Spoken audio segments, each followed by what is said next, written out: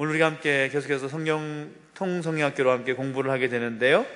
오늘 우리가 함께 공부할 내용들이 우리가 기존에 성경을 통해서 배우지 못했던 그런 부분들, 성경 속에서는 나타나 있지 않은 부분들, 그것을 공부하게 될 거기 때문에 사뭇 좀 어렵게 느껴질 수도 있는 그런 부분이라고 할 수가 있습니다.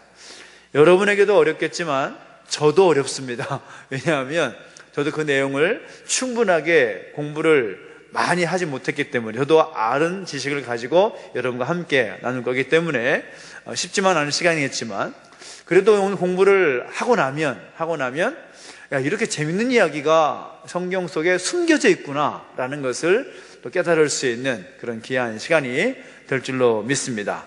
우리가 그동안 공부해왔던 것을 되돌아보면 성경에 나타나 있는 하나님의 마음, 그것을 20가지로 나눠서 우리 함께 노래 불렀던 대로 하나님의 마음부터 시작해서 미리 받은 승리의 노래까지 그 내용들을 함께 살펴보면서 함께 하나님의 마음이 성경 가운데 어떻게 드러나 있는가라는 것을 공부를 했고, 또 하나님 마음 비롯해서 이제 성경을 좀 더 40개의 줄기로 나눠서 공부를 하고 있던 중에 우리가 구약의 말라기까지 공부를 마치고 이제 신약 마태복음에 들어가기 전에 말라기와 마태복음 사이에 어떤 일이 있었는가, 이 성경은 이 일이 기록되어 있지 않지요. 그래서 많은 분들이 세계사를 통해서, 중고등학교 다닐 때 세계사를 통해서 약간 맛배기로 공부만 정도만 하고 그냥 지나치는, 근데 그 내용에 어마어마한 내용들이 들어있고 그 내용들을 우리가 잘 이해해야 신약에 나타나고 있는 복음서의 어떤 배경이라든지 사도 바울의 어떤 행적들을 쫓아가는데 어려움이 없기 때문에 오늘 공부가 중요할까요? 중요하지 않을까요? 굉장히 중요하다고 할 수가 있습니다. 그래서 우리가 오늘부터 이제 다음 주 또 한 몇 주 정도에 걸쳐가지고 이 신구약 중간사 내용들 함께 공부하게 될 텐데요. 신구약 중간사라고 하면 우리가 20개의 마당 노래 불러볼 때 어느 부분에 해당되는가 하면 어떻게와 이렇게 사이라는 내용으로 함께 구분할 수가 있습니다. 어떻게와 이렇게 사이 한 다음에 기쁨이 한 탄생이 더 들어가지 않아요? 그래서 어떻게와 이렇게 사이, 그의 신구약 그 중간에 있는 400년 중간사 시각을 내용을 함께 공부를 하게 될 것입니다. 그래서 신구약 중간사라고 하면 말라기에서 마태복음까지 그 사이에 들어있는 약 400년 정도의 시간을 말합니다. 이 성경 속에는 400년 정도의 시간이 많이 나오죠. 가장 먼저 나오는 400년이 뭡니까? 뭐예요? 자, 여기 벌써부터 막히면 이제 문제가 큽니다. 자, 애굽에서 이스라엘 백성들이 종살이했던 시기를 말할 때 400년 혹은 430년 이렇게 이야기를 하지요. 그 다음에 또한 우리가 중요한 것 뭡니까? 이제 왕정 500년 할 때 분열 왕국이 얼마 정도 됐는가라는 것을 말할 때 약 400년 정도가 분열 왕국이었다 이렇게 말을 하고, 또 우리 그 전에 사사시대도 얼마 정도 시간이었느냐, 약 400년 정도의 시간이다 이렇게 이야기를 합니다. 그러니까 400년 그 다음에 이어서 나오는 400년 시간이 언젠가 하면 바로 신구약 중간기, 그 400년 시간을 말할 수가 있다는 거죠. 자, 그러면 말라기 내용, 선지자 내용에 말라기가 몇 장으로 구성되어 있습니까? 말라기 1장, 2장, 3장, 4장 4장으로 끝납니다. 말라기 4장 끝나면 바로 어디예요? 마태복음 1장입니다. 자, 페이지로 넘어가는 거는 몇 장이에요? 한 장밖에 안 돼요. 그런데 그 한 장 사이에 400년이라는 시간의 이야기가 담겨져 있다라는 것을 생각해 보면서 오늘 공부를 한번 해보면 좋겠다 생각이 듭니다. 자, 말라기 1장 8절을 보면 하나님께서 말라기 선지자를 통해서 이렇게 말씀하지요. 페이퍼를 통해 한번 읽어보겠습니다. 시작. 만군의 여호와가 이르노라. 너희가 눈먼 희생제물을 바치는 것이 어찌 악하지 아니하며 저는 것, 병든 것을 드리는 것이 어찌 악하지 아니하냐. 이제 그것을 너희 총독에게 드려보라. 그가 너를 기뻐하겠으며 너를 받아주겠느냐 라고 말합니다. 자, 말라기 선지자가 말하고 있는데 여기서 말하는 파란색 글씨에 너희 총독에게 드려보라. 자, 이 총독은 누구를 말하는 것일까요? 자, 말라기 선지자가 이제 활동했던 시기에 이 세계를 주름잡던 제국은 어떤 제국이었습니까? 1번 아수르 제국, 2번 바벨론 제국, 3번 페르시아 제국, 4번 헬라 제국, 5번 로마 제국. 몇 번일까요? 자, 페르시아 제국 맞습니다. 페르시아 제국의 총독을 말하는 것이겠죠. 그런데 자, 말라기에서 나오는 이제 제국의 배경이 어느 제국이라고요? 페르시아 제국이라고 그랬습니다. 그러면 이제 건너뛰어서 마태복음에 나오는 그런 배경에 되는 제국은 어디일까요? 바로 로마 제국이라고 할 수가 있습니다. 그러니까 마태복음에 나오는 이야기 가운데 마리아와 요셉이 이제 베들레헴에 가서 호적을 하지 않습니까? 호적을 이제 등록하지 않았습니까? 그 호적을 하게 된 이유가 뭘까요? 로마의 황제의 명령이 있었기 때문입니다. 그러니까 말라기에는 어떤 제국? 페르시아 제국. 자, 마태복음에는 어떤 제국? 로마 제국. 페르시아 제국과 로마 제국 사이에 어떤 제국이 있었느냐? 이게 굉장히 중요한 문제겠죠? 그 제국이 바로 헬라 제국이라고 할 수가 있습니다. 그래서 이제 세계사로 우리가 공부를 하게 되면 아수르가 등장했다가 바벨론에 의해서 망하게 되고, 바벨론이 등장하지만 얼마 가지 못해서 페르시아 제국에 의해서 망하게 되고, 페르시아 제국도 역시 이제 헬라 제국에 의해서 망하게 되면서 헬라 제국으로 약 300년 정도의 시간을 존속하다가 로마 제국으로 그 제국의 패권이 넘어가게 되는 겁니다. 그래서 말라기 4장과 마태복음 1장 그 사이에는 최소한 헬라 제국 300년 이야기가 들어가야 되는 거죠. 헬라 제국 300년 이야기가 들어가 있는 겁니다. 그래서 여러분, 이제 헬라 제국 300년 이야기가 들어가 있는데, 이 중간사 이야기하고 우리가 앞으로 살펴보게 될 신약 성경의 이야기가 왜 무슨 상관이 있느냐, 상관이 왜 어떻게 있느냐라는 것을 좀 더 우리가 배경적인 내용을 한번 살펴보자면, 예수님께서 등장하셔서 사역하셨던, 공생의 사역을 사역하셨던 사복음서에 들어가 보면 예수님과 가장 많이 부딪히는 세력이 어떤 세력인가 하면 바로 사두개파라는 그런 파들이 나옵니다. 사두개파의 어떤 무리들이 나온다라는 거죠. 근데 이 사두개파의 핵심이 뭐냐 하면 뭘까요? 자, 우리 아이들 성경 퀴즈를 준비시키는 선생님들은 다 아실 텐데, 뭐가 없다? 부활이 없다. 이 부활이 없다라는 것을 말했던 사람들이 사두개파입니다. 그래서 사실 뭐가 있다 없다라고 말할 때 확신이 있어야만 확실하게 있다라고 말할 수가 있는 건데, 이 사람들이 어떻게 이 부활이 없다라는 것에 대해서 확실하게 단언하면서 말할 수가 있었는가? 그 부분과 관련된 전반적인 이야기를 이 헬라 제국을 함께 공부하면서 함께 살펴보게 될 것입니다. 그래서 오늘은 우리 첫 번째, 이 중간사 이야기의 첫 번째 시간으로 헬라 제국의 내용을 공부하게 될 텐데요. 자, 이 헬라 제국에 대한 내용이, 정확한 기술이 성경에 들어있다고요? 안 들어있다고요? 안 들어있어요. 그래서 오늘 성경은 쓰지 않습니다. 성경을 쓰지 않는데 여러분 나눠드린 그런 종이를 가지고 따라오시면서 잘 들으시면 되겠습니다. 외우려고도 하지 마시고 그냥 듣고 그냥 이해하시면 되겠습니다. 아시겠죠? 보시면서 여러분이 진짜 시험 공부하는 것처럼 눈 빠지게 집중하셔가지고 눈이 충혈되도록 보시면서 오늘 이걸 완전히 외우고 말리라 이렇게 하지 마세요. 그렇게 해서 절대 안 됩니다. 저도 안 되더라고요. 저 수십 번 봤는데도 저도 안 돼요. 그러니까 여러분 마음 편안한 마음으로 듣고 이해하시고 넘기시면 들었던 것들이 기초가 돼서 나중에 사복음서 내용을 공부할 때 여러분에게 도움이 될 줄로 믿습니다. 자, 그래서 오늘 헬라 제국 이야기를 공부하게 될 텐데, 자, 모세 오경이 이제 헬라어로 번역이 돼서 이 헬라 제국 안에서 헬라어를 사용하는, 이 헬라어라고 하면 그리스어를 말하는 겁니다. 그 사람들 누구나 그 1000년 전에 히브리어로 기록된 모세 오경이 어떤 언어로 기록됐겠어요? 당연히 히브리어로 기록이 됐겠죠.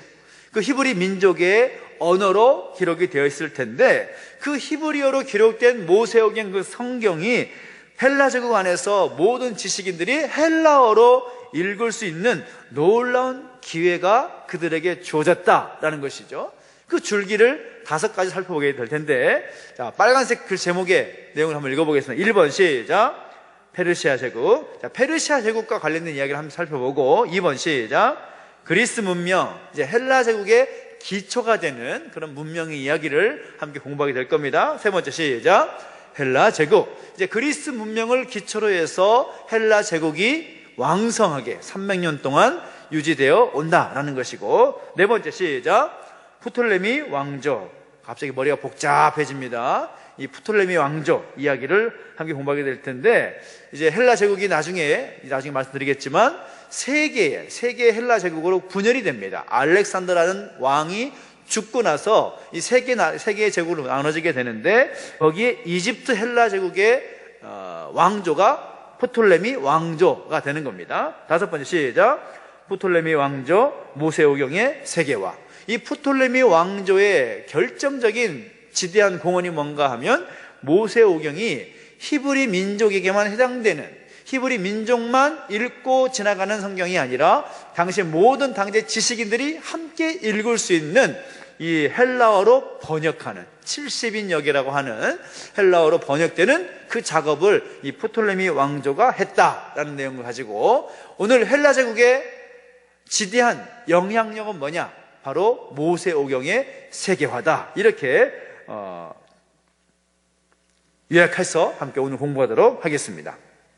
자, 그래서 우리 일전에 제국이 이렇게 변동이 된다. 아수르, 바벨론, 페르시아, 헬라, 로마, 이렇게 대국이 변경이 된다는 것을 가장 먼저 알았던 사람이 누구예요? 성경에 보면 나오죠. 바로 다니엘이라는 사람입니다. 다니엘이 꿈을 꾸죠. 다니엘이 꿈을 꾸면서 그 환상 가운데 제국이 이렇게 변동된다라는 것을 하나님께서 보여주신 겁니다. 그것이 다니엘 7장 1절부터 3절까지 나오는데 같이 한번 읽어봅니다. 시작. 바벨론 벨사살 왕년에 다니엘이 그의 침상에서 꿈을 꾸며 머릿속으로 환상을 받고 그 꿈을 기록하며 그 일의 대략을 진술하니라. 다니엘이 진술하여 이르되 내가 밤에 환상을 보았는데 하늘에 네 바람이 큰 바다로 몰려 불더니 큰 짐승 넷이 바다에서 나왔는데 그 모양이 각각 다르더라. 아멘. 다니엘이 환상 가운데 본 그런 내용입니다. 벨사살 왕의 원년에 꿈을 꾸었는데 그 꿈을 꾸면서 머릿속으로 환상을 받고 그 꿈을 기록했다라는 것인데, 그 내용이 뭔가 하면 하늘에 큰 바람이 불어서 들어가니까 바다에서 큰 짐승 넷이 바다에서 나왔다라는 겁니다. 근데 나왔는데 그 모양이 다 달랐다라는 거죠. 그 짐승 넷 뭡니까? 바벨론, 페르시아, 헬라, 로마 제국을 묶어서 말하는 것입니다. 이것이 순차적으로 변동을 하는데, 그 변동의 흐름을 누가 주도하시느냐? 누가 주도하시겠어요? 바로 하나님께서 제국을 주도하신다라는 겁니다. 세상의 권력은 제국으로 요약을 할 수가 있는데, 제국이 이 세상 권력의 아주 정점이다라고 표현할 수가 있는데, 그 세상 권력을 하나님께서 주도하신다라는 이야기를 이미 다니엘 선지자가, 바벨론의 포로로 잡혀가고 있는 이 다니엘 선지자가 그것을 이미 환상 가운데 보았다라는 거죠. 그래서 다니엘 이야기는 이 바벨론 제국의 시대를 배경으로 하지 않습니까? 이 바벨론 제국은 어떻게 해요? 예루살렘 성전을 불태우고 70년간 바벨론 제국이 유지되지 않습니까?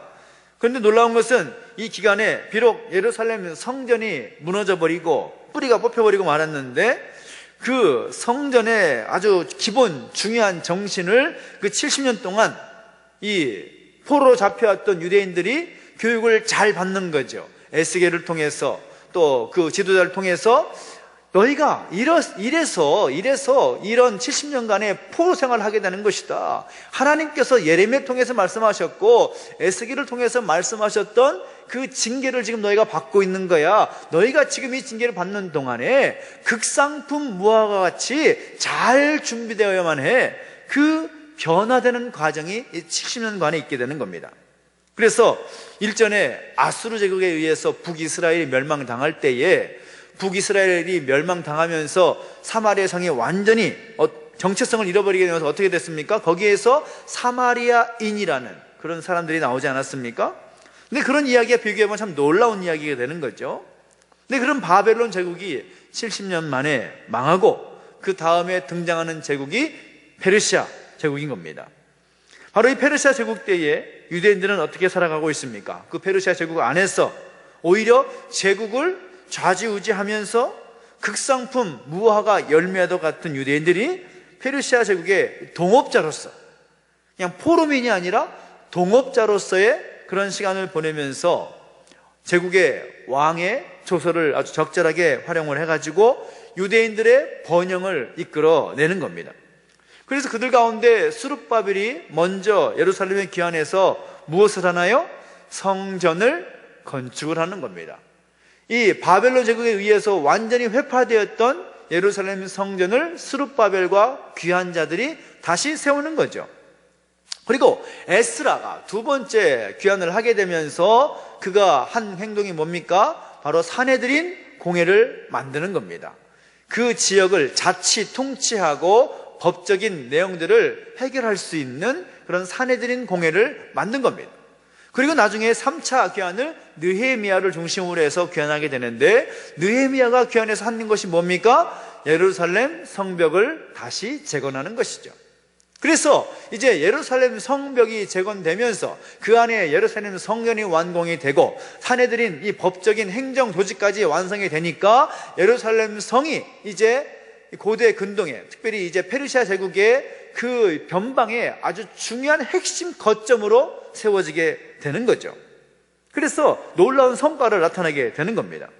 그래서 그 페르시아 제국이 이제 이후에 헬라 제국에 의해서 망하게 되는데, 이 헬라 제국도 또 로마 제국에 의해서 망하게 됩니다. 근데 로마 제국이 등장했을 때 유대인들 안에 보니까 어떤 계파가 나눠졌느냐? 사두개파하고 바리새파하고 서로 싸우고 있는 겁니다. 사두개파, 바리새파. 그래서 이 예루살렘 안에서 이 두 세력이 아주 팽팽하게 긴장 관계를 유지하고 있으면서 헤롯 성전을 또 새롭게 확장해서 크게 짓는 그런 일들이 로마 제국 안에 세워지게 된다는 거죠. 근데 이 모든 것을 누가 이렇게 움직이게 하셨는가? 누가 이 일을 가능하게 하셨는가? 누구라고요? 하나님께서 이 일을 하셨다라는 겁니다. 그래서 이 하나님은 이 모든 것에 대한 밑그림을 누구를 통해서 환상을 통해 보게 하셨다고요? 다니엘을 통해서 이미 보게 하셨고, 그리고 그것을 기록하게 하셨다라는 겁니다. 여기에 기반을 두고 우리 신구약 중간사를 공부하면 쉽게 될 겁니다. 이제 우리가 이어서 또 배경적인 이야기를 공부해야 될 것은 바로 사두개파와 바리새파의 등장 이야기를 함께 공부하게 될 텐데, 자, 이제 헬라 제국은 처음에 우리 큰 제목을 말씀드릴 때 함께 짧게 말씀드렸지만 바로 그리스 문명을 통해서 전 세계에 등장한 제국이라고 할 수가 있습니다. 일반적으로 제국이라고 하면 파워, 힘, 군사력, 그것을 가지고 정복하고 자기 것 만들고 하는 어떤 그런 모습을 제국이라고 생각할 수가 있는데, 이 헬라 제국 같은 경우에는 아주 독특하게 문명을 손에 들고 제국을 완성했다라는 겁니다. 아수르 제국도 칼과 창으로 정복하면서 제국의 위용을 자랑했고, 바벨론도 마찬가지고 페르시아 제국도 마찬가지입니다. 근데 이 페르시아 제국에 이어서 등장했던 헬라 제국은 무력을 통해서, 물론 무력을 사용하긴 하지만 무력을 통해서 제국의 모든 영역을 완성시킨 것이 아니라 문명을 가지고 문명이 뒷받침되어서 제국을 구성하는 그런 제국이었다라는 것을 알 필요가 있다라는 거죠. 그래서 그리스 문명 딱 하면 여러분 떠오르는 사람들이 분명히 있을 겁니다. 여러분, 제가 철학을 전공이기 때문에 저만 아는 것이 아니라 여러분도 다 아는 그리스 문명 하면 떠오르는 사람들이 있어요. 제가 이름만 대면 여러분 다 아실 겁니다. 소크라테스, 아리스토텔레스, 플라톤, 뭐 이런 사람들. 전혀 안 들어보셨나요? 여러분 다 들어보셨죠? 여러분들 수준은 아마 다 들어보셨을 거예요. 그 사람들이 등장해서 그 당시 그 시기에 뭐 인문학이라든지 사회과학이라든지 어떤 자연과학이라든지 그런 학문적인 연구 성과를 총칭해서 묶어놓은 내용들이 그리스 문명이라고 말할 수가 있을 텐데, 문제는 뭔가 하면, 자, 이 그리스 문명, 헬라 철학, 이 헬라 철학이 무엇을 말하는가 하면 영혼 불멸설을 말했습니다. 영혼 불멸선. 말도 하기 힘드네요. 영혼 불멸설. 뭔 말인가 하면 영혼은 절대 죽지 않는다. 영혼은 사라지지 않는다. 그러니까 영혼이 사라지지 않으니까 자연스럽게 뭐가 없는 거예요? 부활도 없는 겁니다. 영혼이 사라지지 않으니까. 그래서 이 영혼 불멸설과 부활의 내용과는 완전히 상충되는, 대치가 되는 내용이라는 거죠. 다니엘은 일전에 말할 때 다니엘은 부활에 대한 이야기를 이미 그는 선포했습니다. 그런데 다니엘이 말했던 그 부활에 대한 이야기, 그리고 사두개파가 또 근거하는 이 헬라 철학이 말하는 영혼 불멸설, 이건 나 생각하면 완전히 반대이기 때문에 이것에 대해서 이제 어떻게 이것이 사두개파에게 영향을 미치는지 좀 알 필요가 있다는 거죠. 그 이후에 시간이 지나고 나서 이 사복음서를 보게 되면 이 사두개파들이 부활은 없다라는 이야기를 했다라는 거죠. 근데 예수님 뭐라고 말했습니까? 나는 부활이요 생명이니, 그런 말씀하시죠. 또 마태복음 보면 부활이 없다 하는 사두개인들이 그날에 예수님께 와서 물어 이르되, 그러니까 사두개인들도 부활이 없다라고 말했기 때문에 부활을 이야기하는 예수님이 궁금한 거죠. 예수님께 나와서 물어보는 겁니다. 그러니까 사도 바울이 나중에 바리새파와 사두개파 협력으로 이 자신이 공경에 처했을 때, 그때 사도 바울의 이야기 가운데 어떤 얘기가 나오는가 하면 부활에 대한 이야기가 나옵니다. 사두개파하고 바리새파가 함께 협력해가지고 바울을 죽이려고 잡으려고 하는데 거기서 갑자기 부활에 대한 얘기를 꺼내는 거예요. 그게 사도행전 23장에 나오는데 말씀 한번 읽어볼까요? 시작. 바울이 그중 일부는 사두개인이요 다른 일부는 바리새인인 줄 알고 공회에서 외쳐 이르되, 여러분 형제들아, 나는 바리새인이요 또 바리새인의 아들이라. 죽은 자의 소망 곧 부활로 말미암아 내가 신문을 받노라. 그 말을 한즉 바리새인과 사두개인 사이에 다툼이 생겨 무리가 나누어지니, 이는 사두개인은 부활도 없고 전사도 없고 영도 없다 하고 바리새인은 다 있다 함이라. 이해되시죠? 왜 지금 이런 사단이 났는지.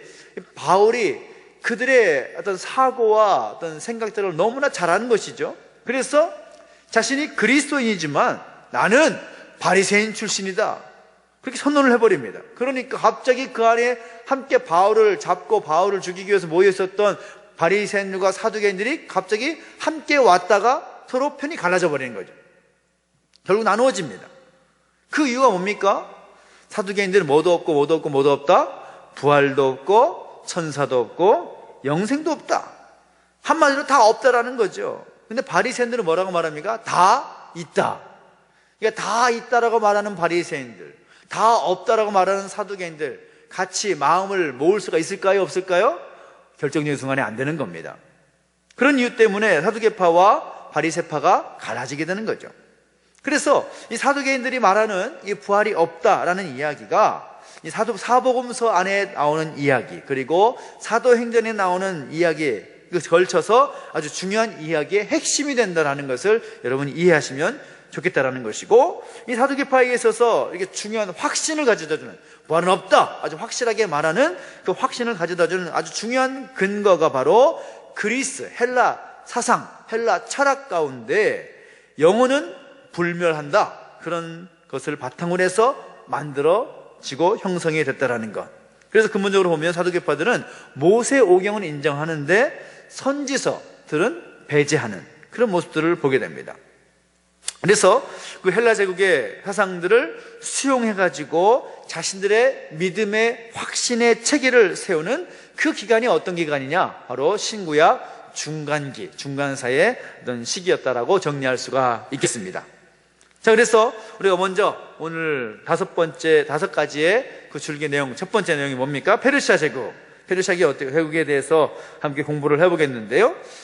자, 페르시아 제국 보면 여러분 페이퍼에도 적어놨지만 구약 성경 나머지 7권과 관련이 있는 페르시아 제국, 바벨론으로 끌려갔던 남유다 백성들을 귀환시키고 불타버린 예루살렘 성전과 성벽을 재건했다라는 것입니다. 자, 헬라 제국이 시작되기 전에 이 페르시아 제국이 어떻게 역사 속에서 변동의 그 과정 가운데서 흥하고 쇠하였는가라는 것을 정리해 볼 필요가 있다는 거죠. 그래서 페르시아 제국은 가장 먼저 누구에서 진행됩니까? 우리가 성경 속에 나오는 이름 고레스 왕, 세계사적인 이름으로 하면 키루스 2세, 이 사람에 의해서 페르시아 제국이 시작이 되는데, 페르시아 제국의 그 국민들에게는 건국의 아버지라고 칭송을 받는 그런 왕입니다. 고레스. 그리고 그때에 스룹바벨 등을 예루살렘에 보내서 예루살렘 성전을 건축하게 하는 그런 정책을 펴는 것이죠. 이 유대인들을 동업자로 여기면서 그들을 제국의 통치의 한 어떤 그 수단으로 함께 삼은 것입니다. 그런데 고레스 왕 이후에 이제 고레스 왕이 아들 이 캄비세스 2세가 있는데, 이 캄비세스 2세가 이제 왕위에 오르긴 하지만 이 8년 만에 후사를 남기지 못하고 죽게 됩니다. 그러니까 아들이 없는 거죠. 아들이 없어가지고 왕위를 이어줄 아들이 없는 겁니다.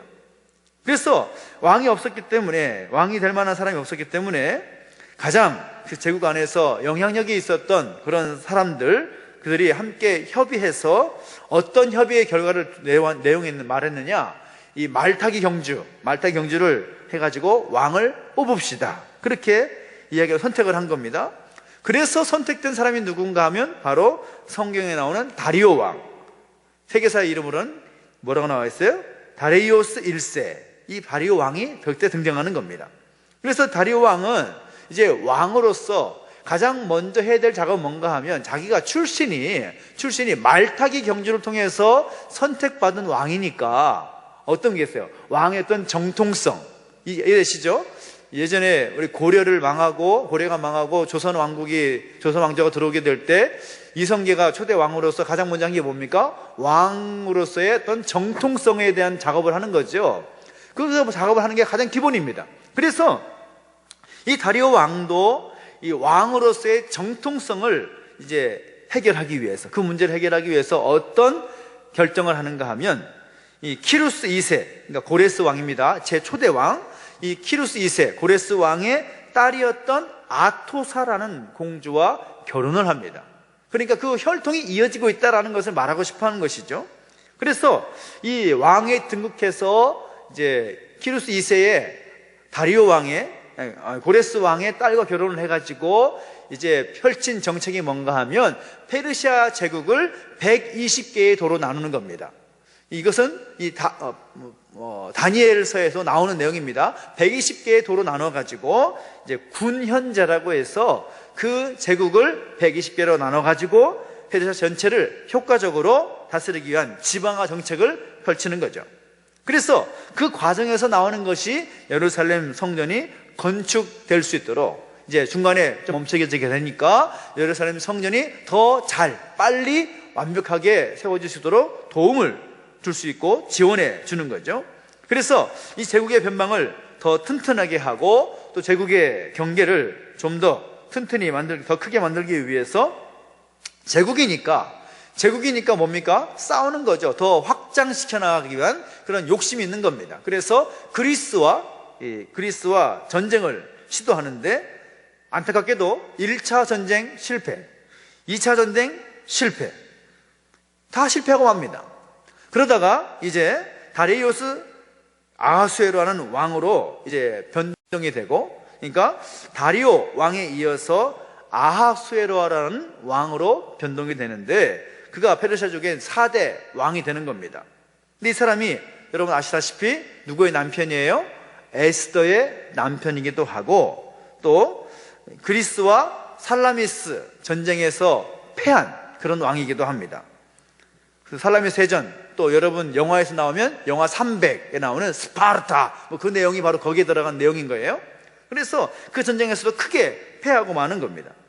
그리고 나서 또 아하수에로 왕의 아들이었던 누굽니까? 아닥사스다. 이 여러분 이제 우리가 읽었던 에스라, 느헤미야, 에스더 성경이 다 나오는 이름이에요. 왕의 이름입니다. 다 기억이 나실 거예요. 이 아닥사스다 왕이 이제 등극을 하게 되는데, 이 아닥사스다 왕이 어떤 왕인가 하면 여러분 다 아시는 내용입니다. 느헤미야가 예루살렘에 귀환해서 예루살렘 성벽을 재건할 수 있도록 한 사람입니다. 허락한 사람입니다. 그러니까 그것을 이제 느헤미야와 아주 깊은 관계를 맺고서 제국을 경영했던 왕이 바로 아닥사스다 왕입니다. 그리고 이후에 시간이 지나고 나서 다리우스 3세 때에 페르시아 제국이 주전 333년에 이수스라는 곳에서 전투하여서 헬라 제국의 알렉산더에게 대패를 당하고 나서 200년간의 페르시아 제국의 기간이 마무리가 되는 겁니다. 그래서 페르시아 제국은 결국 누구에 의해서 망하게 된다고요? 알렉산더에 의해서 망하게 되는데, 자, 그것을 살펴보기 이전에 이 페르시아가 그리스를 침공한 이야기, 이것을 한번 공부할 필요가 있습니다. 자, 페르시아 제국이 그냥 가만히 있었으면은, 그리스를 침공하지 않고 그리스와 싸우지 않았더라면 그 제국이 좀 더 길게 갈 수가 있었을 것 같습니다. 그런데 이 제국이라는 것이 참 이상하게도 자꾸 확장하고 싶은 그런 마음이 생기는 거죠. 만족하지 못하고 계속 영토 확장을 해가고 제국의 어떤 영역을 확장시켜 나가고자 하는 그런 욕심이 생기는 겁니다. 그래서 그리스를 침공하면서 제국의 멸망을 자초하게 되었다는 겁니다. 1차 페르시아 전쟁은 누가 했다고 그랬습니까? 자, 주전 492년에 다리오 왕이 준비를 해가지고 그리스의 본토라고 할 수 있는 아테네에 향해 가다가 이 폭풍을 만나가지고 공격 한번 제대로 못하고 퇴각을 해버립니다. 1차 원정 실패. 그리고 2년 정도 준비를 한 다음에 2차 전쟁을 이제 다리오가 폭풍을 뚫고 그리스의 본토에 진입을 하긴 했지만 우리가 알고 있는 유명한 전투 마라톤이라는 전투에서 또 패하고 마는 겁니다. 이 마라톤에서 우리가 이겼습니다 달려와가지고 소식 전하고 죽잖아요. 그 마라톤 전쟁이 바로 그겁니다. 그래서 퇴각해버리고 2차 원정도 실패. 이후에 10년이 지나서 3차 전쟁을 벌이는데 이제 다리오 왕은 실패. 그 아들 아하수에로 왕, 우리가 이제 세계사적인 이름은 누구예요? 크세르크세스. 아마 이름도 한번 드셔보셨을 거예요. 크세르크세스라는 왕이 대규모 전쟁 준비를 해가지고 그리스 본토를 침략을 하는 겁니다. 어느 정도는 점령을 했는데 이 살라미스 해전에서 대패를 당해가지고 결국 그리스 원정이 완전히 실패하고 마는 겁니다. 문제는 뭔가 하면 전쟁에서 졌다라는 것은 이제 그 제국의 세력이 이제 하락세에 떨어진다는 것을 의미하는 겁니다. 승승장구해야 되는데 계속 지니까 1차, 2차, 3차에 걸쳐서 거의 뭐 한 15년 동안 계속 지는 거죠. 지니까 제국의 어떤 동력이 계속 사기가 올라갈까요? 떨어질까요? 떨어지는 겁니다. 제국의 사기는 떨어지고 그리고 그들을 막았고 그들과 싸움에서 승리했던 그리스 문명은 어떻게 했어요? 더 기가 사는 거죠. 그래서 그리스 쪽에서 이제 페르시아 제국을 멸망시키겠다, 그런 움직임이 시작될 수밖에 없는 상황이 되는 겁니다. 근데 그 이야기가 무엇을 배경으로 하느냐? 에게해라는 바다를 배경으로 하고 있습니다. 에게해. 자, 에게해가 어디 있을까요? 여러분 세계사적인 지도를 보면, 자, 이탈리아라는 곳 아시죠? 여러분 이탈리아 한번 가보고 싶어하는 그 동경이 되는 땅 아닙니까? 이탈리아 신발 장화처럼 생긴 그 이탈리아 반도가 있고 그 옆에 있는 지역이 마게도냐 반도입니다. 마게도냐, 고린도, 마게도냐, 아덴 그런 반도인데 그 이탈리아와 마게도냐 그 사이에 있는 바다, 거기를 에게해라고 합니다. 에게해. 이해되시죠? 그 바다가 지금 그리스 문명과 페르시아 제국이 전쟁을 벌였던 그 어떤 배경이 되는 그런 장소라고 할 수가 있습니다. 페르시아 제국의 영토가 아주 크고 방대한데 이 그런 제국의 변방이라고 할 수 있는 밀레투스라는 곳은 어떤 곳인가 하면 그리스의 작은 국가들의 하나입니다. 그리스 문명이면은 그 문명에 그리스 나라가 있었던 것이 아니라 그리스 문명을 가지고 있는 도시 국가들이 있었습니다. 도시 국가들. 우리가 잘 아는 도시 국가들 뭐예요? 아테네라는 것도 도시 국가고, 그리고 스파르타도 도시 국가고, 테베 뭐 그런 도시가 다 도시 국가, 한 도시가 국가의 역할을 했던 그런 나라입니다. 마찬가지 그 페르시아 제국의 변방이라고 할 수가 있는 이 밀레투스라는 것도 도시 국가 중에 하나였습니다. 그런데 그 작은 도시 국가가 발단이 돼서 이 에게해를 중심으로 해가지고 아테네라든지 고린도라든지 스파르타라든지 그런 그리스 도시 국가의 연합군, 그리고 페르시아 제국의 3차에 걸쳐서 싸웠다는 이야기, 바로 그것이 페르시아 제국의 망해가는 그런 배경이 되는 곳이었다라는 것이죠. 자, 그러면 그리스 문명 어떤 곳인가? 자, 그리스 문명 옆에 있는 내용을 여러분 읽어주시겠습니까? 시작. 그리스 문명이라 함은 페라클레스 시대 30년을 전후에 200여 년간 꽃을 피운 문명으로 문화, 역사, 철학을 비롯한 모든 서양 학문의 기초를 다진 문명을 일컫는다는 것입니다. 이 그리스 문명은 페라클레스 통치 30년 기간을 중심으로 해서 약 200년 정도의 기간 동안 번영했던 철학, 사회, 문화, 많은 내용들과 많은 유산들을 남겼는데 가장 핵심적인 곳이 어떤 곳인가? 바로 아테네라는 곳이었습니다. 아테네를 중심으로 해서 그 성과를 이루어냈다라는 거죠. 그런데 이 그리스의 문명에 속한 도시 국가들이 페르시아 제국과 3차에 걸친 침공을 받고서도 끝내 승리를 했는데, 문제는 3차 원정이 비록 그들이 이겨서 끝났지만, 그들이 져서 퇴각을 했지만 그들 가운데 어떤 생각이 있었겠어요? 1차 원정하다 실패, 2차 원정 실패, 3차 원정 실패하고 돌아가는데 어떤 생각이 있었겠습니까? 이제 얘네들 또 들어오는 거 아니야? 4차 침공을 예상을 하는 거죠. 그렇죠? 4차 침공할 것을 예상을 하면서 안 되겠다, 이거 우리가 뭔가 좀 준비를 해야겠다라고 하면서 그리스 문명에 속한 도시국가들이 어디에서 동맹을 맺는가 하면 델로스라는 곳에서 동맹을 맺습니다. 이 델로스라는 섬이 있는데 거기에서 동맹을 맺는데 그 동맹의 내용이 뭔가 하면 페르시아가 또 침공해 올지 모른다, 페르시아가 3번이나 왔는데 4번이 안 일린다라는 보장이 없지 않느냐, 우리가 함께 힘을 모으자. 그래서 이 페르시아가 또다시 침공을 하게 되면 사전에 그리스 국가들이, 도시국가들이 협력을 해서 대비하자라는 그런 동맹을 델로스라는 섬에서 맺게 되는 거죠. 거기에서 주도적인 역할을 한 도시국가들이 바로 아테네, 스파르타, 고린도, 테베, 이 4개의 등 아주 쟁쟁한 도시국가들이 함께하게 되는 겁니다. 근데 그 동맹을 이끄는 아주 중요한 역할을 한 사람이 누구인가 하면 말씀드렸죠, 페라클레스라는 사람이라는 거죠. 그 페라클레스가 동맹을 이끌면서 이 그리스 문명의 번영을 주도했는데, 하지만 이 문명의 동맹이 오래가지 못합니다. 왜냐하면 동맹이 파기된 이유가 있는데, 첫째는 뭔가 하면 이 아테네라는 도시국가의 페라클레스가 이 동맹국들의 비용을 어떻게 사용하는가 하면, 그리스 아테네에 가보면 뭐가 있어요? 유명한 게 있습니다. 여러분 가보신 분들은 있을 것 같은데 안 계실까요? 가보신 분들 아시는데, 아테네에 가보면 반드시 관광 코스 들어가는 곳이 뭔가 하면 파르테논 신전이라는 거 있어요. 파르테논 신전, 언덕에 그냥 신전 크게 있어요. 그 신전을 만드는 데 있어서 동맹국들의 비용을 갖다 써버리는 거죠. 써버리면서 뭐 어떻게 말하는가 하면, 야, 이제 페르시아국이 또 침공이 올지 모르는데 우리 아테네 사람들이 그 사람들에 대항해서 정신무장을 하기 위해서 필요한 거다, 그렇게 말도 안 되는 이유를 달면서 그 비용을 써버리는 겁니다. 그러다 보니까 다른 도시국가들이 좋아했을까요? 싫어했을까요? 싫어하죠. 자기들 낸 돈을 지들 마음대로 써버리는데 좋아하는 사람이 누가 있겠습니까? 그래서 동맹이 파기되는 중요한 원인 중에 하나였고, 또 두 번째, 이 페르클레스가 이끄는 아테네라는 도시국가가 나중에 함께 동맹을 맺었던 고린도, 그러니까 세계사적인 이름으로는 코린토라고 할 수가 있는데, 고린도죠. 우리가 성경성에 나오는 그 지명입니다.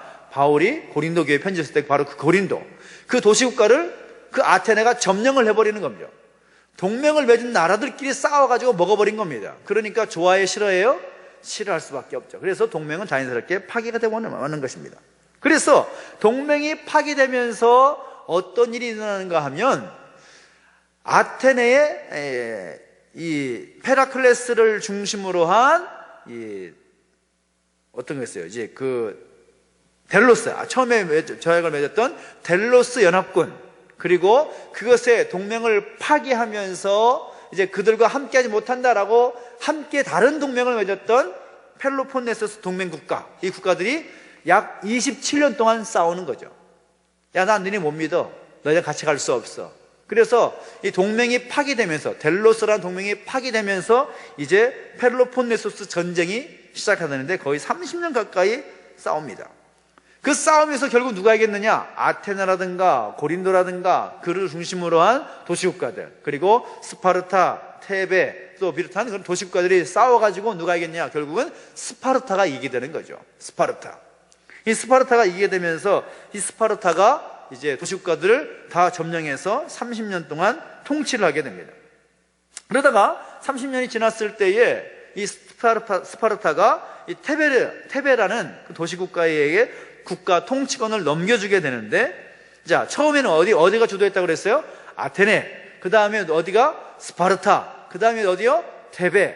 이 테베라는 도시국가에서 권력이 넘어가게 되는데, 이 테베가 권력을 갖고 있을 때 그들이 그리스의 도시국가들을 지배하는데 만족하지 않고 북쪽에 있는, 그러니까 마게도냐, 그리스가 있다면 남쪽에 그리스, 고린도, 스파르타가 있다면 북쪽에는 마게도냐라는 도시국가가 있었습니다. 그 마게도냐를 점령하면서 점령이 끝나는 것이 아니라 거기에 마게도냐 왕자 이 필리포스 2세 이들을 인질로 테베라는 곳으로 데려와 버리는 거죠. 그래서 마게도냐의 권력이 이제 테베라는 곳으로 이동을 하게 되는 겁니다. 그래가지고 이제 마게도냐의 권력이 그리스를 지배하게 되는 그런 시작이 바로 거기서 시작이 되는 거죠. 그래서 헬라 제국은 바로 이 마게도냐를 기반으로 하고 있습니다. 헬라 제국은 마게도냐. 그러니까 지금 도시국가들, 그리스 문명이 기초가 된 것이 아니라 그리스 문명을 포함해서 가장 헬라 제국의 시작은 어디서 시작하냐면 마게도냐라는 곳에서부터 시작하는 것이죠.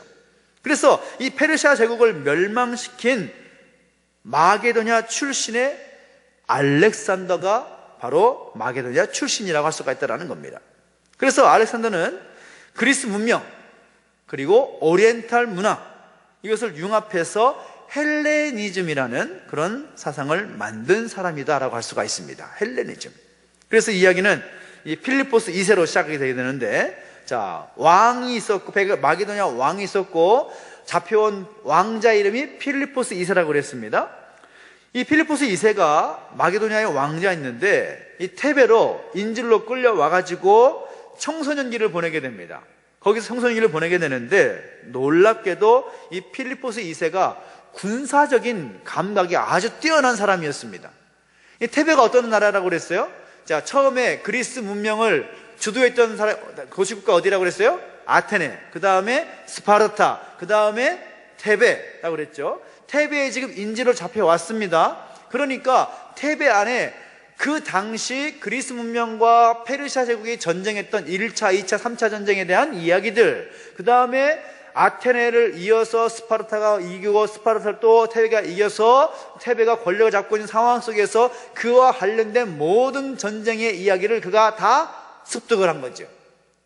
인지로 잡혀와서 그 전쟁에 대한 지식들을 다 습득을 해버린 겁니다. 그러니까 청소년기에 완전히 전쟁의 어떤 신과 같이 전쟁의 어떤 모든 것들을 완벽하게 익히고 돌아가게 되는 것이죠. 돌아가다가 이 크레니데라는 곳에 가게 되는데, 크레니데라는 곳에서 무엇을 발견하는가 하면 금광을 발견하게 됩니다. 그래서 막대한 재원을 확충하게 되고, 이 필리포스 2세가 이 크레니데라는 곳을 자신의 이름을 따가지고 어떤 이름으로 바꾸는가 하면, 자, 우리 신약성경에 나오는 빌립보성이 바로 그곳입니다.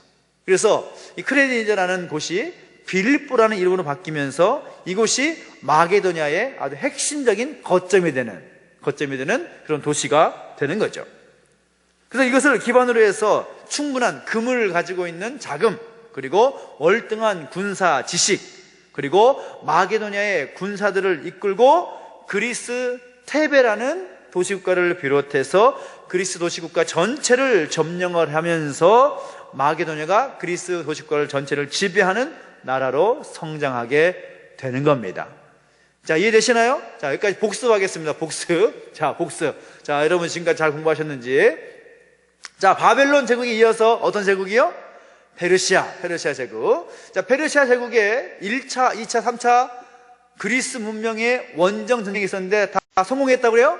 실패했습니다. 실패하면서 결국 이제 그리스 문명이 도시국가들이 함께 연합하면서 무슨 동맹을 맺었다고요? 델로스 동맹을 맺었다고 그랬어요. 하지만 아테네의 이 페라클레스가 그것을 동맹을 깨버리게 되는 원인의 단초를 제공하면서 델로스 동맹이 파기돼 버리죠. 그 다음에 이제 나온 일이 뭡니까? 델로스 동맹 국가하고 펠로폰네소스 동맹 국가가 서로 싸우는, 그러면서 아테네의 주도권이 누구에게 넘겨진다고요? 스파르타에게 넘겨졌다고 했고, 스파르타의 권력이 나중에 어디로? 테베로 옮겨갔다고 말씀드렸습니다. 테베로 옮겨왔는데, 테베라는 도시국가는 북쪽의 마게도냐까지 점령을 하면서 마게도냐 왕과 필리포스 2세를 인질로 끌고 왔다고 그랬습니다. 끌고 왔는데 필리포스 2세가 테베에 있었던 모든 전쟁에 대한 지식을 다 습득해버렸다라고 말씀드리면서, 이제 그가 돌아가는 과정 가운데 인질계 그 시간을 마치고 돌아가면서 금광을 발견하면서 막대한 자원과, 그리고 아주 막대한 그런 군사 지식, 그리고 그 마게도냐 군대를 움직여서 그리스 전체 도시과를 점령하는 그런 일이 있게 됐다. 3분 만에 다 정리됐습니다. 그런 일이 있었다라는 겁니다. 근데 그 필리포스 2세, 전쟁의 신, 전쟁의 어떤 지식에 월등한 군사 지식을 가진 필리포스 2세가 그만 암살당하고 맙니다. 왜 암살당했을까요? 그를 죽여야 이제 그리스 도시국가가 살 수 있다는 것을 알았던 거죠. 그런데 그가 암살당하긴 했는데 놀랍게도 그에게는 20살 된 알렉산더라는 아들이 있었습니다. 20살 된 알렉산더. 이 20살의 왕이 된 알렉산더를 놓고 그리스의 전 도시국가가 쉽게 봤을까요? 어렵게 봤을까요? 별로 어렵지 않게 본 거죠. 하이고 20살 먹은 갓 왕 된 사람 힘이 얼마나 있겠어. 아주 무시해버리는 거죠. 거기다가 20살밖에 안 된 어린 알렉산더에게 지배를 받는다라는 것에 대해서 쉽게 받아들일 수가 없었던 겁니다. 그래서 그리스에 있었던 각 도시국가들이 반란을 일으키게 되는데, 이 반란을 일으키니까 이 알렉산더라는 왕이 어떻게 합니까? 마게도냐의 군대를 이끌고 가가지고 아버지보다 더 쉽게 정복을 해버립니다. 한 방에 그냥 모든 반란을 완전히 정리를 해버립니다. 그가 어떤 사람이었냐면 이미 10대에 당대 최고의 학자라고 할 수가 있는 아리스토텔레스라는 철학자로부터 공부를 하고, 그 다음에 전쟁의 신이라고 할 수 있는 필리포스 2세 아버지로부터 그 전쟁에 대한 군사 지식을 이미 다 습득을 했을 것이고, 그러니까 전술과 지략과 그런 모습에 있어서 알렉산더를 따라갈 만한 사람이 없는 겁니다. 이미 완벽하게 준비가 된 거죠. 그래서 이 그리스 도시국가들이 페르시아의 침략 때문에 두려워하고 또 떨고 있는 상황을 알면서 오히려 페르시아 전체를 이제 우리가 먹어버리자 라고 하면서 그들을 설득해가지고 페르시아 제국을 정복하기 위한 전쟁을 떠나게 됩니다. 20살짜리 왕이, 20살짜리 갓 왕된 그 알렉산더가 그 어마어마한 일을 시작을 하는 거죠. 그래서 마게도냐 군대 약 4만 5천 명, 많지도 않아요. 페르시아가 전쟁을 치를 때 이제 크세르크세스, 그 아하스웨로 왕이 3차 전쟁을 일으킬 때 군사를 몇 명 데리고 왔냐면 몇십만 명을 데리고 왔습니다. 몇십만 명을 배를 태우고 이제 원정을 왔는데 마게도냐의 군대의 수는 4만 5천 명밖에 되지 않습니다. 별로 되지도 않아요. 이 4만 5천 명을 데리고 페르시아 제국을 점령할 계획을 이제 시작을 하는데, 이제 베레아에서 진군식을 하고 이제 페르시아 땅 이수스라는 곳에 가서 다리우스 3세, 페르시아 제국의 마지막 왕입니다. 그 왕의 대군을 물리쳐버립니다. 그런데 이 알렉산더가 페르시아 제국의 수도로 바로 진격하지 않고 어디 가는가 하면 방향을 틀어가지고 이 지중해 연안을 따라서 이 두로라는 곳으로 내려옵니다. 두로를 점령을 하고 이제 그 밑으로 더 내려가서 어디까지 가느냐? 이제 이집트, 애굽까지 내려갑니다. 그러니까 이제 지중해를 타고 그 바닷가를 따라서 좀 내려오는 거죠. 그래서 애국까지 이제 오게 됩니다. 그리고 나서 이제 알렉산드리아라는 도시를 건축하게 되는데, 이집트에 가서 알렉산드리아라는 도시를 건축을 하면서 이제 그 알렉산더의 업적을 기리는 도시를 세우는 겁니다. 그래서 알렉산드리아까지 가가지고 도시를 세우고 이 알렉산더가 이제 예루살렘으로 올라오게 되는데, 예루살렘에 올라오니까 예루살렘이 어떻게 했을 것 같습니까? 예루살렘이 알렉산더와 싸우려고 했을까요? 아예 처음부터 포기를 했을까요? 포기하는 거죠. 이길 수 없다 판단한 겁니다. 그래서 이 알렉산더한테 우리를 지배해 주십시오 라고 엎드리면서 결국 예루살렘까지 지배하게 되는 것이고, 그래서 이 알렉산더가 페르시아의 4대 수도라고 할 수가 있는 수사라든지 페르세폴리스라든지 엑바타나라든지 바빌론까지 다 점령하면서 페르시아 전체를 꿀꺽 삼켜버립니다. 그래서 헬라 제국이 시작이 되는 거죠. 그래서 헬라 제국이 가장 중요한 제국의 통치 이념, 헬레니즘의 통치 이념은 뭔가 하면 세계 동포주의라고 할 수가 있습니다. 그 안에 개인주의가 들어가고 또 민족주의가 배제된다라는 것을 담고 있는 거죠. 모두가 동포다. 모두가 한 민족은 아니지만 모두가 같은 동질성을 가지고 있다. 헬레니즘이 바로 거기에 시작이 되는 겁니다. 그런데 결국 알렉산더도 젊은 나이에 죽게 되는 거죠. 알렉산더도 결국 죽고 맙니다. 알렉산더가 죽고 나니까 어떻게 됩니까? 이제 이후에 7명의 장수가 큰 제국을 나눠서 분할에 통치하게 되는데, 시간이 지나고 나니까 4개로 되고 또 시간이 지나니까 이제 3개로 남게 되는데, 그 3개의 헬라 제국, 첫 번째가 마게도냐 헬라 제국, 두 번째가 시리아 헬라 제국, 세 번째가 이집트 헬라 제국, 이 3개로 나눠지게 되는 겁니다. 그래서 원래 헬라 제국이 시작했던 마게도냐를 중심으로 해서 북쪽에 있었던 마게도냐 헬라 제국, 그 다음에 이제 페르시아 제국의 어떤 본토라고 할 수 있는 예루살렘의 이 동쪽에 있었던 시리아 헬라 제국, 그 다음에 애굽의 지역을 중심으로 한 헬라 제국, 이집트 헬라 제국, 이 3개로 분할이 되게 됩니다. 근데 결국 이 헬라 제국이 어떻게 되느냐?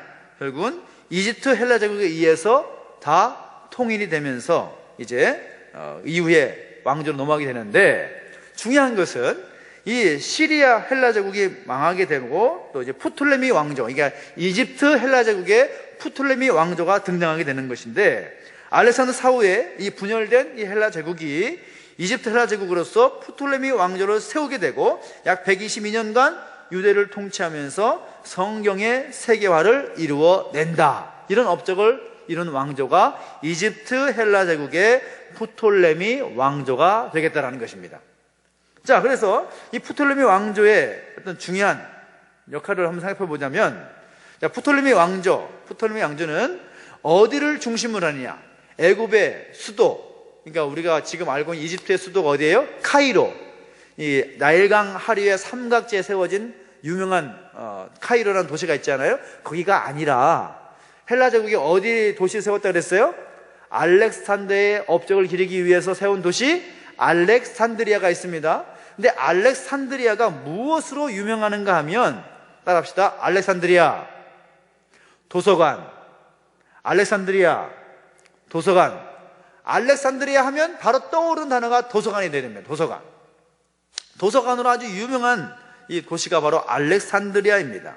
그래서 이집트 헬라 제국을 세운 이 프톨레미 왕조가 알렉산드리아를 수도로 삼아서 이 알렉산드리아를 중심으로 해가지고 헬레니즘 학문, 헬레니즘 그런 과학, 그것의 중심지로 알렉산드리아를 삼은 것이죠. 거기에 어떤 아주 희한한 기후가 있고 또 많은 유적지가 있지만, 그보다 유명한 사건이 알렉산드리아 도서관을 중심으로 한 번역 이야기가 아주 중요한 이야기입니다. 그래서 이 알렉산드리아 도서관이 오랜 시간을 보내면서 다 훼손돼 가지고 지금 별로 남아있지 않지만, 이 프톨레미 왕조가 시작되면서 이집트 제국 안에 많은 그런 꿈을 꾸었는데, 그 꿈이 어떤 꿈이었느냐? 그들이 가진 꿈 가운데 아주 중요한 꿈이 히브리어로 기록된 모세오경을 헬라어로 번역을 해서 이 알렉산드리아에 있는 도서관에 소장을 하는 것이 꿈이었습니다. 그 꿈을 가진 프톨레미 2세가 당시 알렉산드리아 도서관장에게 자기가 가진 꿈 이야기를 하는 거죠. 그러니까 그 도서관장도 그 꿈에 동조하면서 함께 그 꿈을 이뤄가 봅시다, 이 맞장구를 친 거죠. 당시에 이 프톨레미 왕조가 시작할 때 알렉산드리아에 도서관이 있었다고 말씀드렸는데, 그 도서관에 있었던 그 장서, 책 수가 자그마치 20만 권 있었다고 합니다. 20만 권. 이건 뭐 기록에 나오는 내용이니까요. 20만 권 되는 책들이 있었는데, 그 프톨레미 왕조의 소망은 20만 권으로 만족할 수 없다라는 거죠. 50만 권의 책이 있었으면 좋겠다, 그런 마음을 가지면서 그 장서의 내용 가운데 특별히 유대민족, 히브리 민족이 가지고 있는 모세오경이라는 책이 있는데, 그 책이 정말 대단하다고 하는데 그 책을 우리가 함께 소장했으면 좋겠다, 그런 마음을 가진 겁니다. 이 모세오경을 원래 썼던 그런 히브리 민족, 유대 민족이 상당수가 이 바벨론 제국에 의해서 망하게 되면서 다 도망가지 않았겠어요? 상당수가 지금 애굽에, 이집트로 와서 노예같이 살고 있었던 것이죠. 그들을 해방시킨 것이 어떻습니까? 라고 제안을 하고, 왕이 그 제안을 받아들여서 그들에게 모세오경을 번역하도록 하게 하는데, 이 일이 쉽지가 않은 겁니다. 그냥 도망온 사람들이 그 일을 감당하기에는 쉬운 일이 아닌 것을 알게 되면서 이 이집트 헬라족 프톨레미 왕조가 어떤 일을 하는가 하면, 당시 예루살렘에 있었던 대제사장에게 제안을 하는 거죠. 그 제안이 엘르아살이라는 대제사장이 있었습니다. 그에게 제안을 하는데, 12지파가 있으니까 각 지파에서 6명 정도씩 해가지고 70명에서 72명 정도를 좀 선발해서 보내달라는 것입니다. 그래서 이 예루살렘의 대제사장이 이집트 헬라 제국의 이 프톨레미 왕조의 요청을 받고 그들을 선발해가지고 이집트 헬라 제국을 보내는 겁니다. 그래서 그들이 그 이집트 헬라 제국 알렉산드리아에서 모세오경을 헬라어로 번역을 하는데, 그 번역된 성경을 우리가 말할 때 70인역 성경이라고 말하는 겁니다. 70인역 성경. 이 70인역 성경이 여기서 출발하는 것이죠. 그래서 이 프톨레미 왕조가 이런 놀라운 모세오경, 히브리어로 기록된 모세오경을 헬라어로 번역을 한 위대한 업적을 했던 이 왕조가 이 일을 마치고 돌아가는 율법 학자들, 그들에게 큰 선물을 주는 거죠. 선물이 아주 어마어마했습니다. 최고급 옷 3벌, 금 2달란트로 만든 잔 1개, 좋은 가구들을 선물로 주고, 거기다 자기의 부탁을 받고 그 사람들을 보내주었던 대제사장 엘르아살에게 그 학자들에게 준 선물만이 아니라 침상 10개, 가구들, 잔, 왕관, 자주색 옷 10벌, 아주 대단한 세마포 100필 등 많은 선물을 예루살렘으로 보냅니다. 그래서 알렉산드리아에 있는 도서관에는 바로 모세가 기록했던 창세기, 출애굽기, 레위기, 민수기, 신명기, 이 5권의 책이 헬라어로 번역이 돼서 소장이 되어 있고, 우리가 보고 있는 성경이 바로 그 70년 성경을 번역해서 우리가 함께 지금 보고 있는 그런 내용이라고 할 수가 있겠습니다. 그러니까 성경이 우리 손에 들어와 있는 것이 얼마나 귀중한 일인가, 그리고 그 과정 가운데 70인역이 있다라는 거 생각해 볼 때 참 감사한 일이라고 할 수가 있지요. 그 프톨레미 왕조의 영향이, 그 업적이 바로 여기에 있다라는 거죠. 그래서 모세오경이 히브리 민족만의 모세오경이 아니라, 유대 민족만의 성경이 아니라 이제 전 세계화가 되는, 세계 사람들이 함께 볼 수 있는 길이 열리게 된 그 일이 바로 여기에 있었다는 것을 볼 수가 있습니다. 그리고 우리가 다음 시간에는 이집트 헬라에서 그 지배권이 이집트 헬라가만이 아니라 시리아 헬라 제국으로 넘어가게 되는 상태에서 일어났던 여러 가지 일들을 함께 공부해 보겠는데요. 오늘 헬라 제국과 중간사 넘버 1 첫 번째 시간이었습니다. 다음 주에는 헬라 제국과 중간사 넘버 2 헬라 제국과 제국의 중간사 이야기, 두 번째 이야기를 여러분과 함께 공부하도록 하겠습니다. 자, 여러분 외우려고 하지 마십시오. 페이퍼 보시면서 이렇게 진행됐구나, 나름대로는 한번 좀 들어볼 만한 이야기에서 생각을 하고 그것을 배경을 가지고 성경을 보면 좀 더 우리 가운데 또 재미있게 성경을 볼 수 있는 그런 시간이 될 것이라고 생각을 합니다. 같이 기도